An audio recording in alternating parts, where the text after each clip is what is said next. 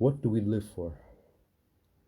The question that has bothered humanity since the beginning of time will continue to persist on our mind until our sun has shed her last dims. Once upon a time, where and when you were born would dictate your life. Your family's social standing, often referred as one's prestige, trustworthiness, or name brand in the private sector, or political power that comes with governmental positions and military appointments. Your family's socio-economic status, also known as financial wealth and sources of income. Your family's religious practices, which cult, religion, God, spirits, or symbols to worship, to build up your faith and belief system upon. Your family's cultural backgrounds, the land, the community, the practices that surrounds our daily life, local customs and traditions. Your family's legacies and knowledge, educational accomplishments, societal recognitions, accumulated generational intelligence and wisdom. For many, it is the duties and obligations which we were born with.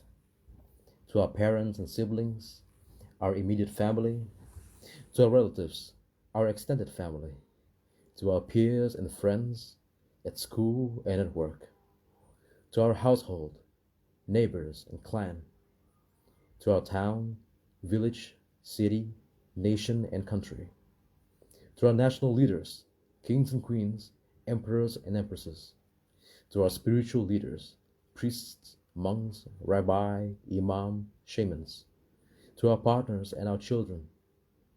However, as the world became more associated with one another, as we no longer rely upon our own bare hands to plant, to harvest, to collect, to care, to farm, to butcher, as we became professionals with our crafts, transforming our unique intellectual and artistic capabilities into a sustainable source of income, as we take on more responsibilities which comes with the growth of our age and the demands that comes with it, to tend for ourselves, our wealth, our education, our health, our capital, our future.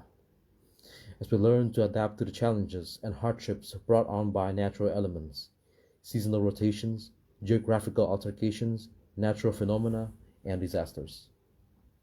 As we face internal as well as external, physical, mental, and spiritual struggles, paternal and maternal bonds, friendships and romantic love, persuasions, betrayals and conflicts, the search of a sense of security, stability and gratifications, acceptable social norms and orientations.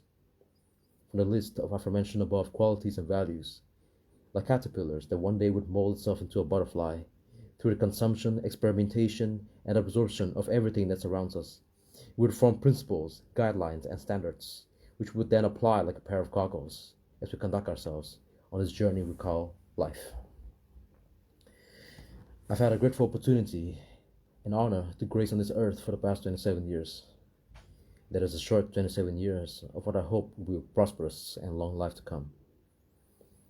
I've had the blessing to witness some of humanity's greatest wonders, exemplary achievements, moments of triumph, and outstanding discoveries. At the same time, however, I've observed some of our darkest times, downfall of empires, destruction of nature, the collapse of entire ecosystem, annihilations of masses, regression of centuries of progress, research and prosperity.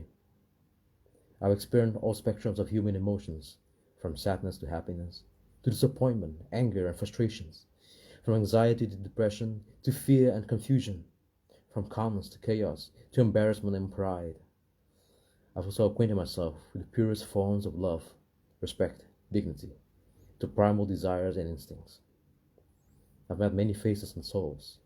Some are just starting off their journey without knowing what they are and who they're supposed to be. Some fortunate ones who haven't felt their feet wet on a cold day and never will. Some that started with almost nothing and have earned everything. Some who've managed to climb out, survive, and now starting fresh from ground zero. Some still suffering in darkness, oblivious to the world around them. Some just waiting to be freed, seeking for a lifeline, a ray of sunshine in their life. We're all the same, despite our differences in physical features, mother tongue, backgrounds, or origin. Despite that, it is our perception, knowledge, and determination that dictates what kind of world we want to exist in. What kind of environment do we choose to nurture our souls? What kind of relationships do we want to be a part of? What sort of decisions will we take and their long lasting consequences upon generations? I'm grateful for three things in life. The first two are being born and being alive. The third is being a student of humanity, our literature, arts, cuisines, philosophy, wars, religions, cultures, sciences, nature, agriculture, tongues, psychology, politics, economies, histories, etiquettes, and manners. This is what I was born for, I believe. I hope that someday I'll become a better human, better than yesterday, and a greater one tomorrow.